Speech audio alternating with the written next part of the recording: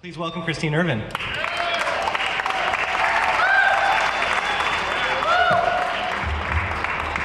you, Dexter. Good evening, everyone. Good evening. I have been so looking forward to celebrate with you this evening, in part because you know how to party. I do know that. You know how to raise money. Although I'm feeling some pressure because I am the only kind of semi-serious thing between you, drinks, dancing. Okay, all right. Well, the other reason why I was looking forward to it is because it's really my privilege to congratulate the staff and the board and all the volunteers that give time and money to this great organization, making a change in the lives of so many people. So thank you for inviting me.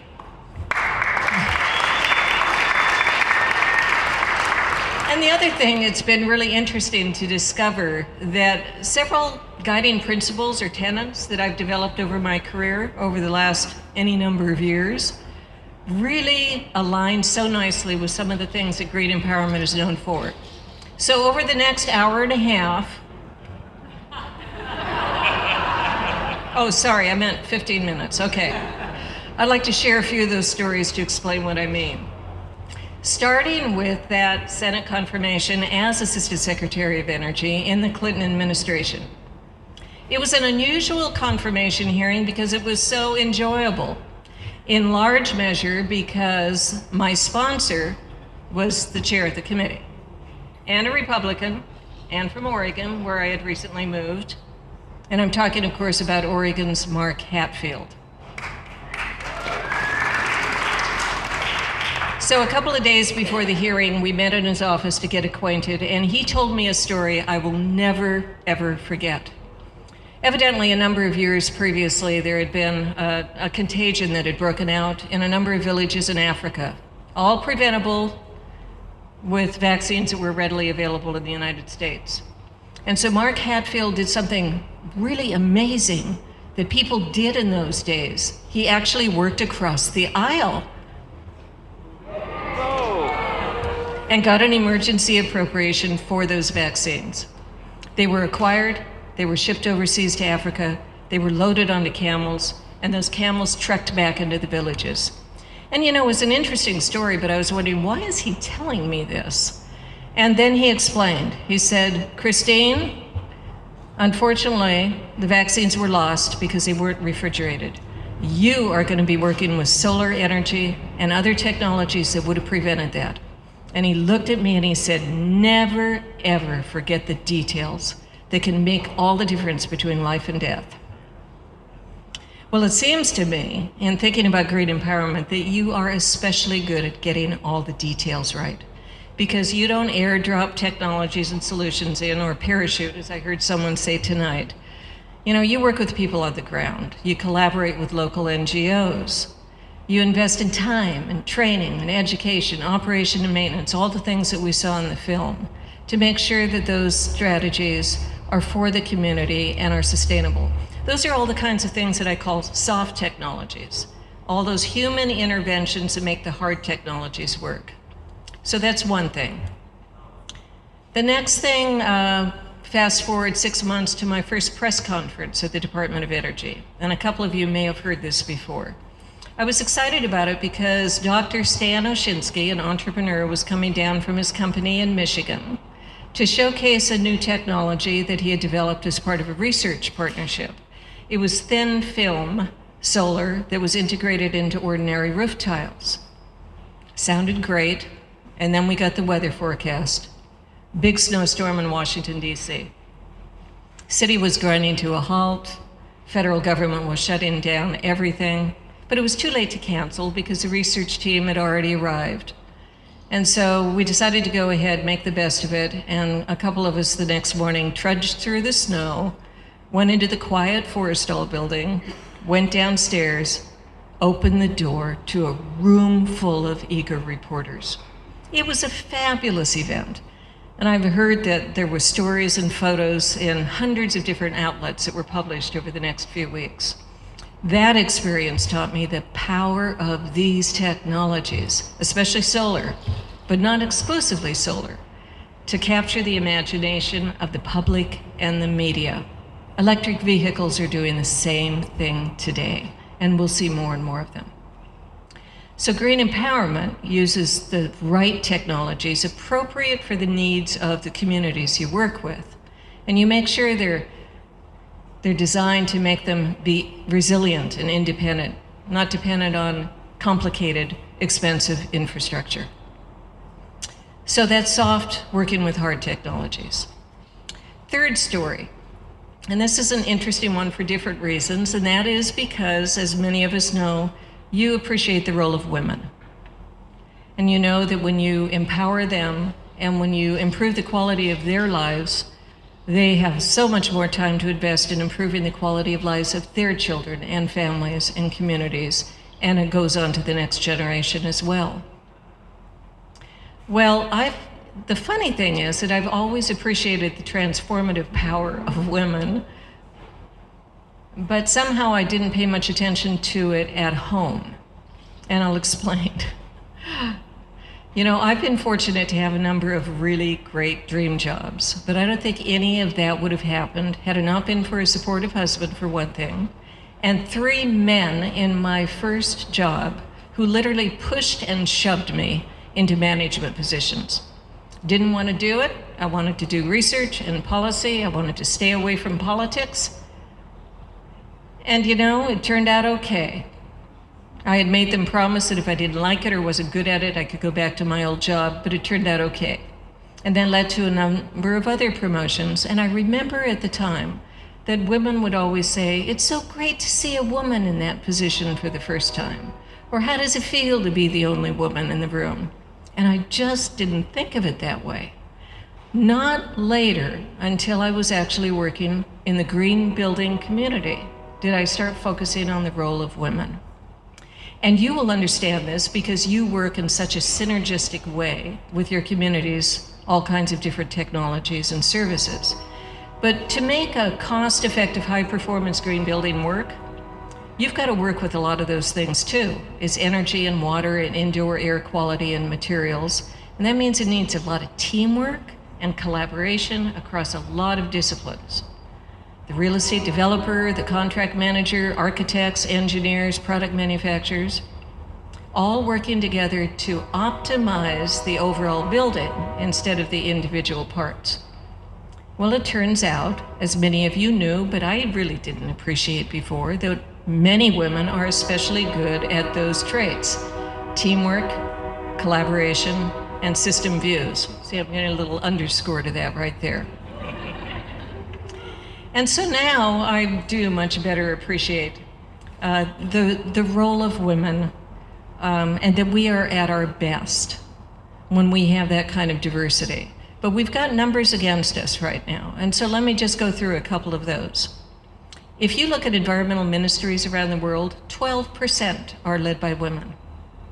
We have 6 female governors at home, 1 from Oregon. 4 out of the 6 are Republicans.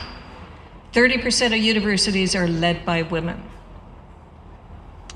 I started feeling encouraged when I read an upbeat Fortune magazine article talking about an unprecedented increase of female CEOs in the Fortune 500 this year.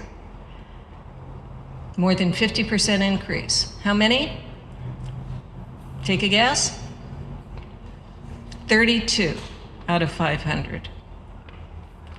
So we've got a long way to go. And as I said, I better appreciate that we are at our best when we have our most creative, our most productive, even more profitable, according to some studies, when we have more women in the C-suite and leadership positions. And from some of the multinational corporations that design policy and finance programs that actually influence the programs that you are working with, to the communities we live in and the communities we serve. So I just want to say, if there are any women out there that are kind of on the fence for this kind of position, err on the side of going for it.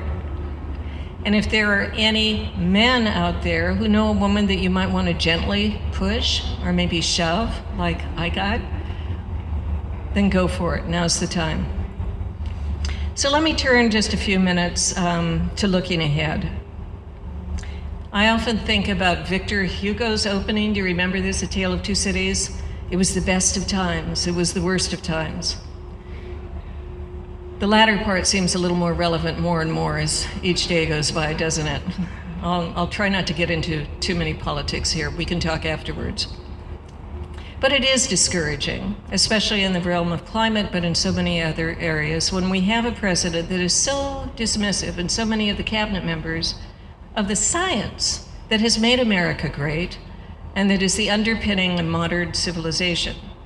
And in the climate arena, turning back action after action to try to take us backwards, and with really little regard for the equity of what we've contributed to climate change in this country, and that the impacts will fall disproportionately on many that cannot afford it and who have contributed the least.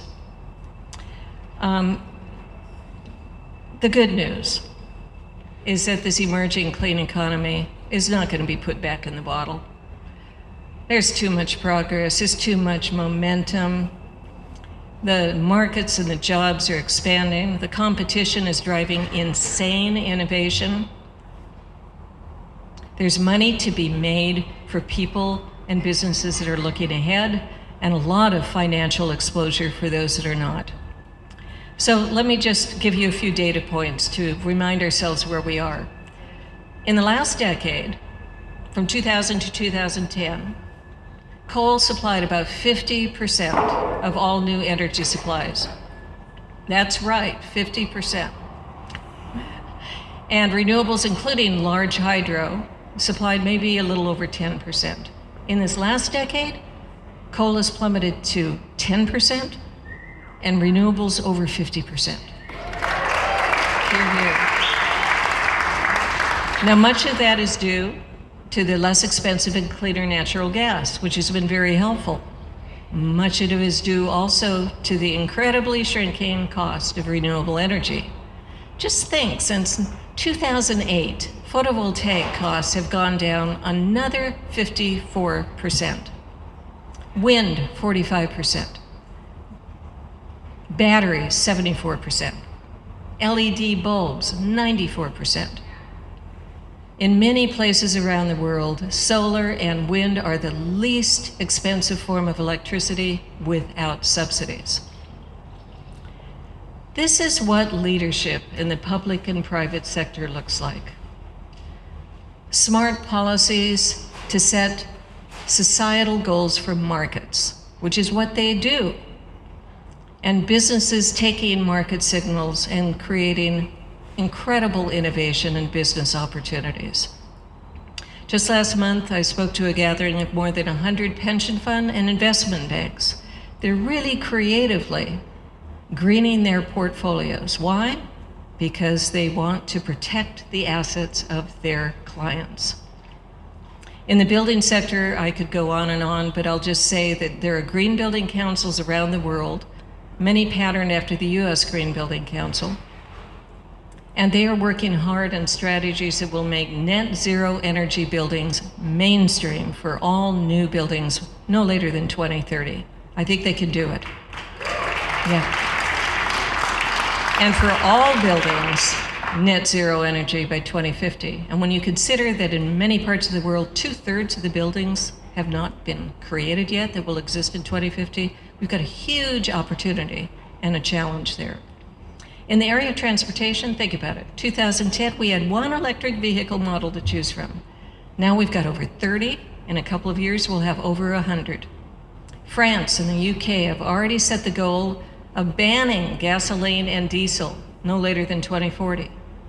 China is rapidly moving in that direction for air quality, but also because these are big markets, which is why China is so engaged in all of the clean energy markets. So was withdrawing from the Paris Treaty a good business decision? Oh, yes, it was. For China, not for us. So I could go on, but quoting Victor Hugo again, he said it best. He said, "An invasion of armies can be resisted, but not an idea whose time has come." And this is the time for clean energy and clean technologies. So let me conclude, though, by giving us a challenge for all of us, because in many ways, I have to say, much of this clean economy emerging has been inevitable. It really has, based on human need, environmental need, based on how we know markets develop and technologies develop. The real question has been, how quickly can we make it happen to maximize the benefits, to minimize the risks? And today, when we enter this unprecedented era of climate disruption and all the uncertainty that goes with it, and we know that there are still accelerating, scaling pressures on our ecosystems that provides everything that we need for life, we know that all of our strategies and programs have to keep pace with speed and scale and system approaches.